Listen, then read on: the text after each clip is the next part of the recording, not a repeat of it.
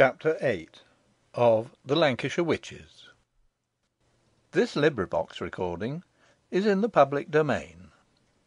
Reading by Andy Minter.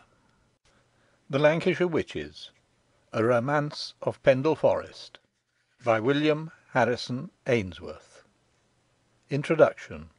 The Last Abbot of Whalley. Chapter 8 The Executioner.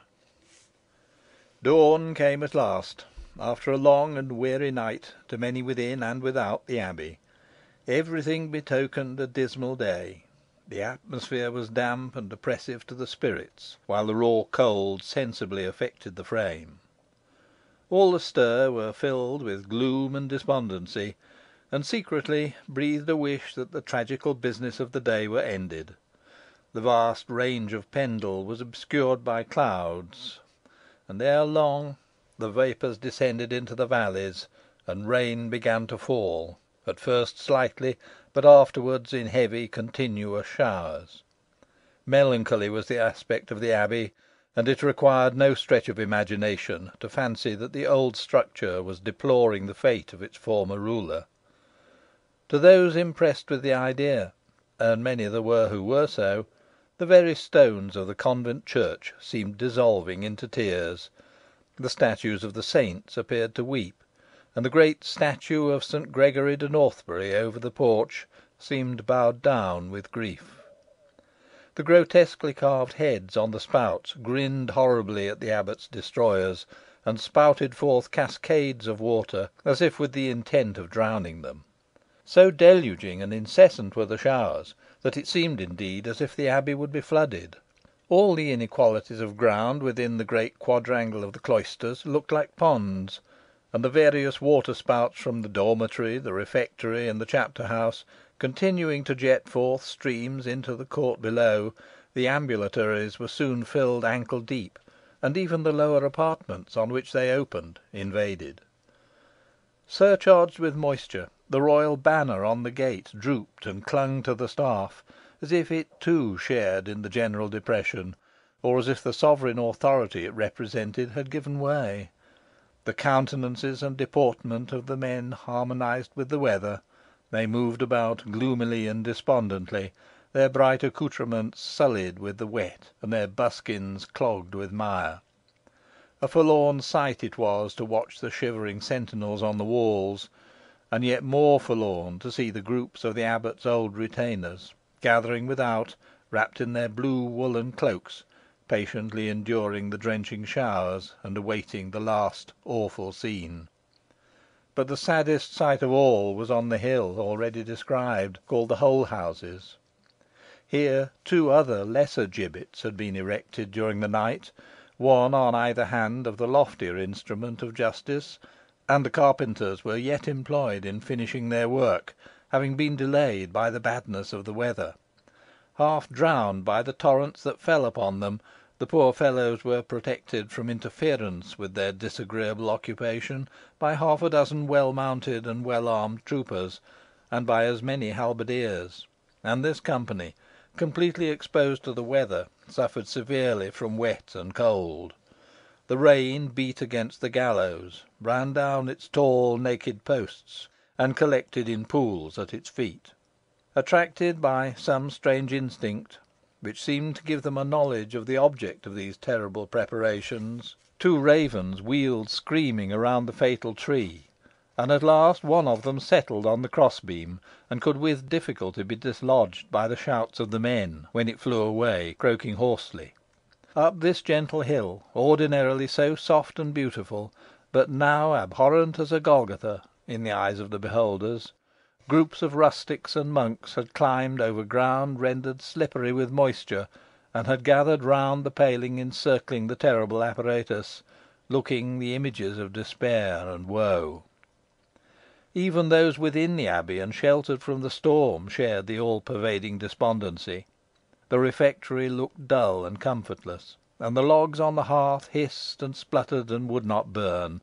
Green wood had been brought instead of dry fuel by the drowsy henchman.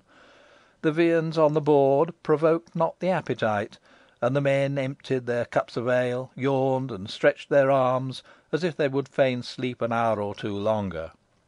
The sense of discomfort was heightened by the entrance of those whose term of watch had been relieved, and who cast their dripping cloaks on the floor, while two or three savage dogs, steaming with moisture, stretched their huge lengths before the sullen fire, and disputed all approach to it. Within the great hall were already gathered the retainers of the Earl of Derby, but the nobleman himself had not appeared, having passed the greater part of the night in conference with one person or another, and the abbot's flight having caused him much disquietude, though he did not hear of it till the fugitive was recovered. The earl would not seek his couch until within an hour of daybreak, and his attendants, considering the state of the weather, and that it yet wanted full 2 hours to the times appointed for the execution, did not think it needful to disturb him. Braddyll and Assheton, however, were up and ready, but, despite their firmness of nerve, they yielded, like the rest, to the depressing influence of the weather, and began to have some misgivings as to their own share in the tragedy about to be enacted. The various gentlemen in attendance paced to and fro within the hall, holding but slight converse together, anxiously counting the minutes, for the time appeared to pass on with unwonted slowness, and ever and anon glancing through the diamond panes of the window at the rain pouring down steadily without, and coming back again hopeless of amendment in the weather. If such were the disheartening influence of the day on those who had nothing to apprehend, what must its effect have been on the poor captives? Woeful indeed. The two monks suffered a complete prostration of spirit. All the resolution which Father Haydocke had displayed in his interview with the Earl of Derby failed him now, and he yielded to the agonies of despair.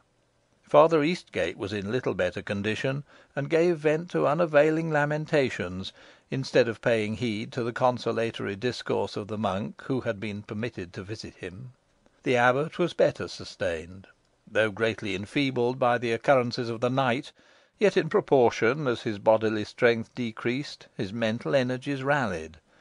Since the confession of his secret offence, and the conviction he had obtained that his supposed victim still lived, a weight seemed taken from his breast, and he had no longer any dread of death. Rather, he looked to the speedy termination of existence with hopeful pleasure.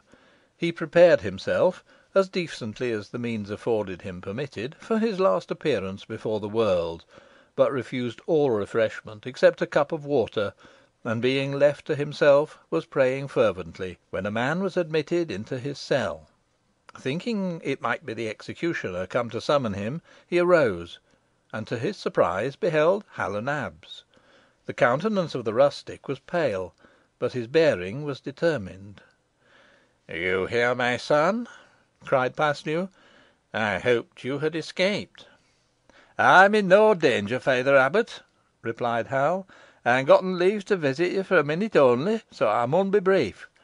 Make yourself easy. You shanna die by t' hongman's hands." "How, my son?" cried Paslew. "I understand you not." "Yo'n understond me weel enough by and by," replied Hal. "Dunna be feart when you see me next, and comfort yoursel that, whatever comes and goes, your death shall be avenged of your worst foe." Paslew would have sought some further explanation, but Hal stepped quickly backwards, and striking his foot against the door, it was instantly opened by the guard, and he went forth. Not long after this, the Earl of Derby entered the great hall, and his first inquiry was as to the safety of the prisoners. When satisfied of this, he looked forth, and shuddered at the dismal state of the weather. While he was addressing some remarks on the subject, and on its interference with the tragical exhibition about to take place, an officer entered the hall, followed by several persons of inferior condition, amongst whom was Hal o' Nabs, and marched up to the earl, while the others remained standing at a respectful distance. "What news do you bring me, sir?" cried the earl, noticing the officer's evident uneasiness of manner. "Nothing has happened to the prisoners. God's death, if it hath, you shall all answer for it with your bodies." "Nothing hath happened to them, my lord," said the officer, "but " "But what?" interrupted the earl. "Out with it quickly." "The executioner from Lancaster and his two aides have fled," replied the officer. "Fled!" exclaimed the earl, stamping his foot with rage. "Now, as I live, this is a device to delay the execution till some new attempt at rescue can be made. But it shall fail, if I string up the abbot myself. Death! Can no other hangman be found?" "Of a surety, my lord, but all have an aversion to the office, and hold it opprobrious especially to put churchmen to death," replied the officer. "Opprobrious or not, it must be done," replied the earl. "See that fitting persons are provided." At this moment Hal o' Nabs stepped forward. "I'm willing to undertake the job, my lord, and Dong Abbot without fee or reward," he said. "Thou bearest him a grudge, I suppose, good fellow," replied the earl, laughing at the rustic's uncouth appearance. "But thou seemest a stout fellow, and one not likely to flinch, and may discharge the office as well as another. If no better man can be found, let him do it," he added to the officer. "I humbly thank your lordship," replied Hal, inwardly rejoicing at the success of his scheme. But his countenance fell when he perceived Demdike advance from behind the others. "This man is not to be trusted, my lord," said Demdike, coming forward. "He has some mischievous design in making the request.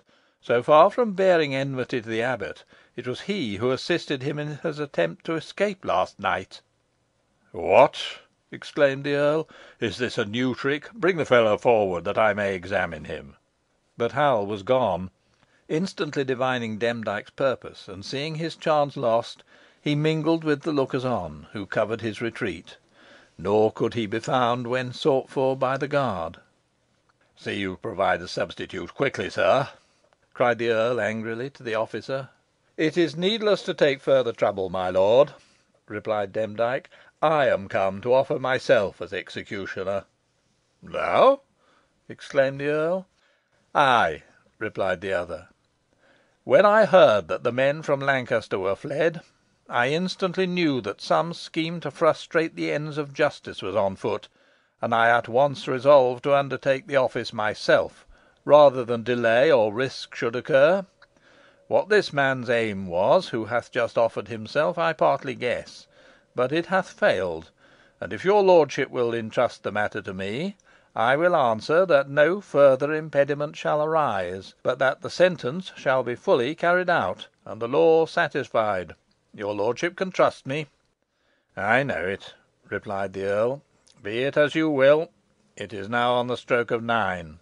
At 10 let all be in readiness to set out for Wiswall Hall. The rain may have ceased by that time, but no weather must stay you. Go forth with the new executioner, sir," he added to the officer, "and see all necessary preparations made." And as Demdike bowed and departed with the officer, the earl sat down with his retainers to break his fast. CHAPTER IX.